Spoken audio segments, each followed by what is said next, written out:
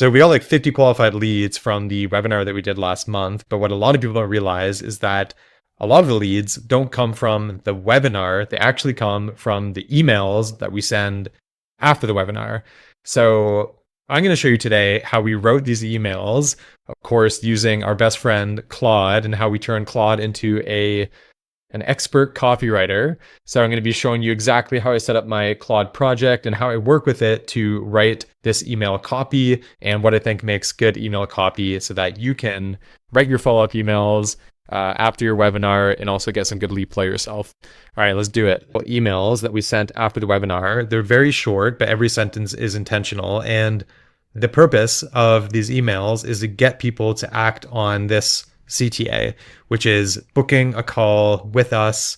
And what we are doing here, and this is actually an important point, is that we're not just saying book a call with our SEO agency and maybe we'll work together.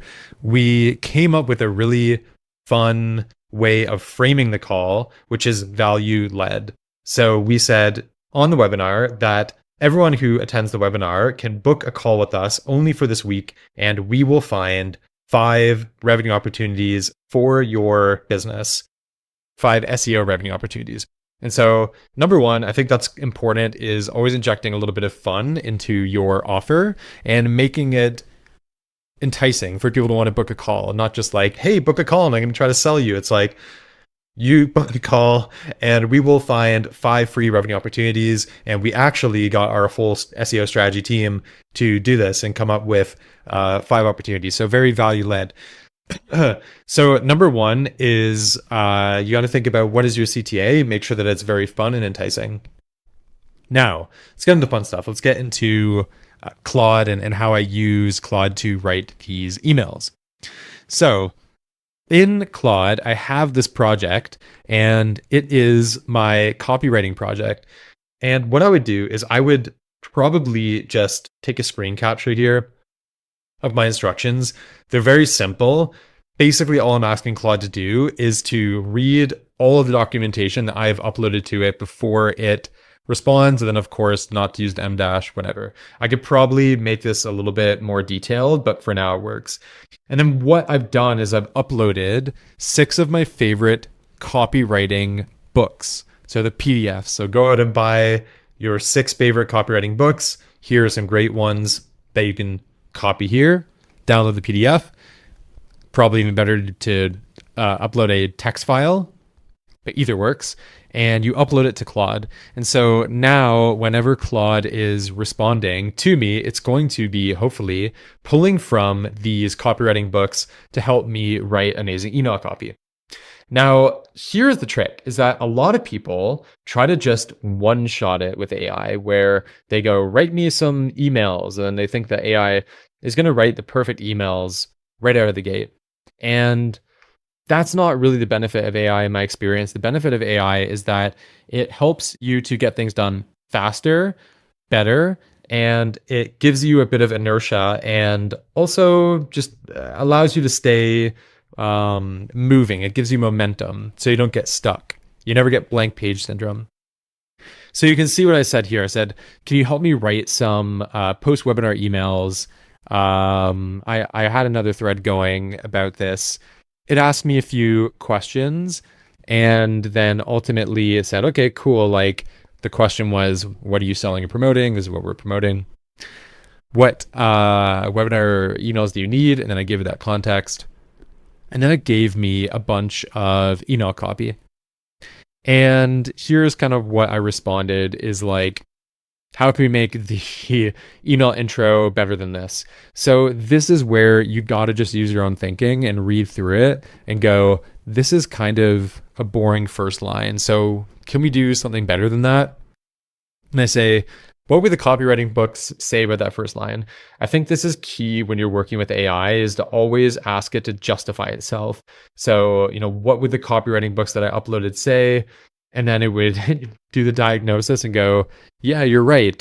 Here is what I would do instead. We should probably have a curiosity gap or something that creates tension.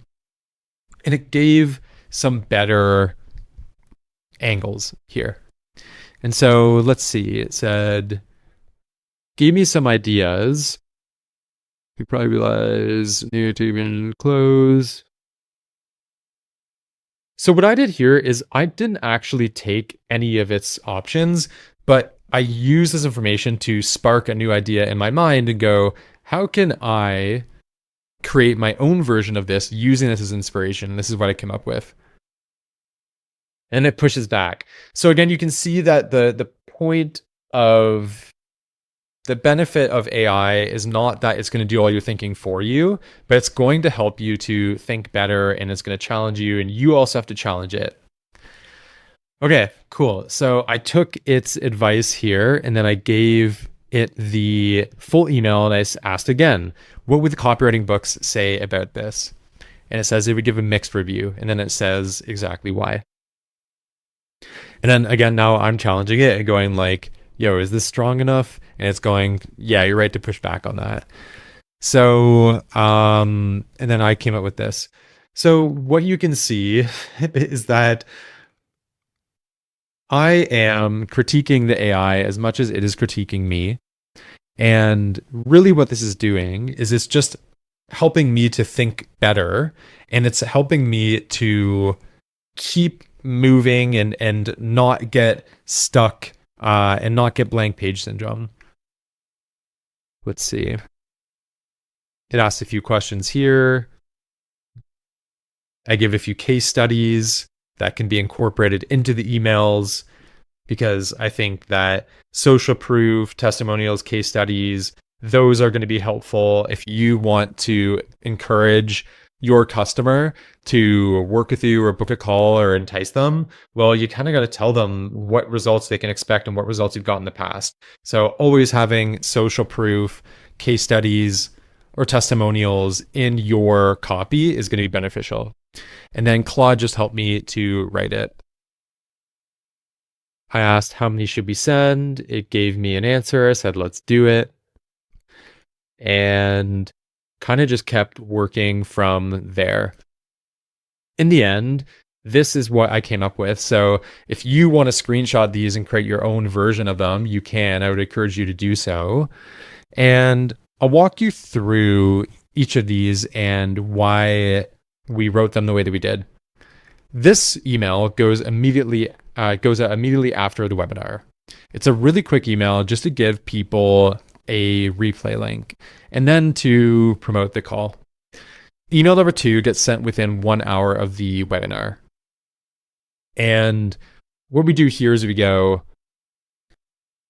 create some curiosity. So you're opening a loop with this first line here, and kind of playing to the pain point that SaaS companies have is like, yeah, a lot of them, they know they have to do AEO or GEO, but they never get it done.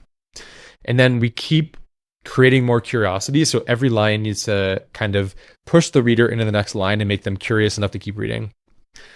Here we have a bit of urgency and scarcity where we're promoting a really fun offer where we will identify 5 revenue opportunities for them at no cost.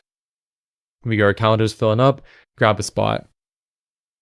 And then here we also just talk about working with us and the fact that we only work with a few new brands per month. The key here is this has to be true. It is true for us because we can't take on unlimited clients because we're an agency business. We also have softwares where we can, but this is not the case with our agency.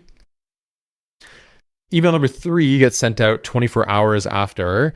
The subject line here is important. And by the way, this subject line too, notice how it's like, here is a benefit and here is a time limit to create urgency to act upon claiming this benefit.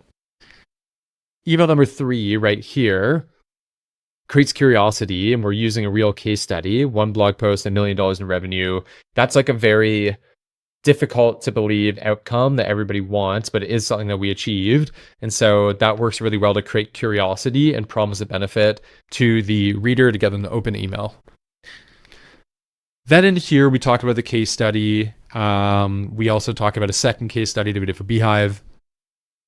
And we tie it back to our ICP, SaaS companies, and it was SaaS companies who attended our webinar, and it was about SaaS. So the messaging needs to be very cohesive. And then, yeah, we basically just keep pushing people towards this offer of booking a call and getting 5 revenue opportunities, which is like very fun and enticing. And then finally, the last one, closing this out tomorrow. When people see this, they can't resist it. They have to open it. They're just like, I don't want to miss out. Let me just see. They open it up. This last one is like more of a straight sales email. So we are saying we have 2 spots open for this next month, which is true. So you're creating scarcity, but it has to be true scarcity. And then here we have another case study. So it's always coming back to case studies, social proof, testimonials, urgency, scarcity, and injecting a little bit of fun into it and being value led, which is, again, what we're doing with these 5 free revenue opportunities.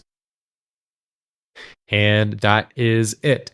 So that is how we wrote the post-webinar emails that got sent out to about 362 people who signed up for our webinar last month.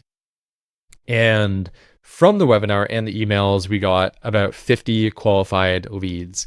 I'm going to do some more content talking about the webinar, how we do that. If you're interested to learn more about how we run a webinar or anything else about our company, Contact, which is our SEO agency, or our 2 software companies, Kleo and Mentions, let me know in the comments and I will create content around that as well. Hope that was helpful, and I will see you next time.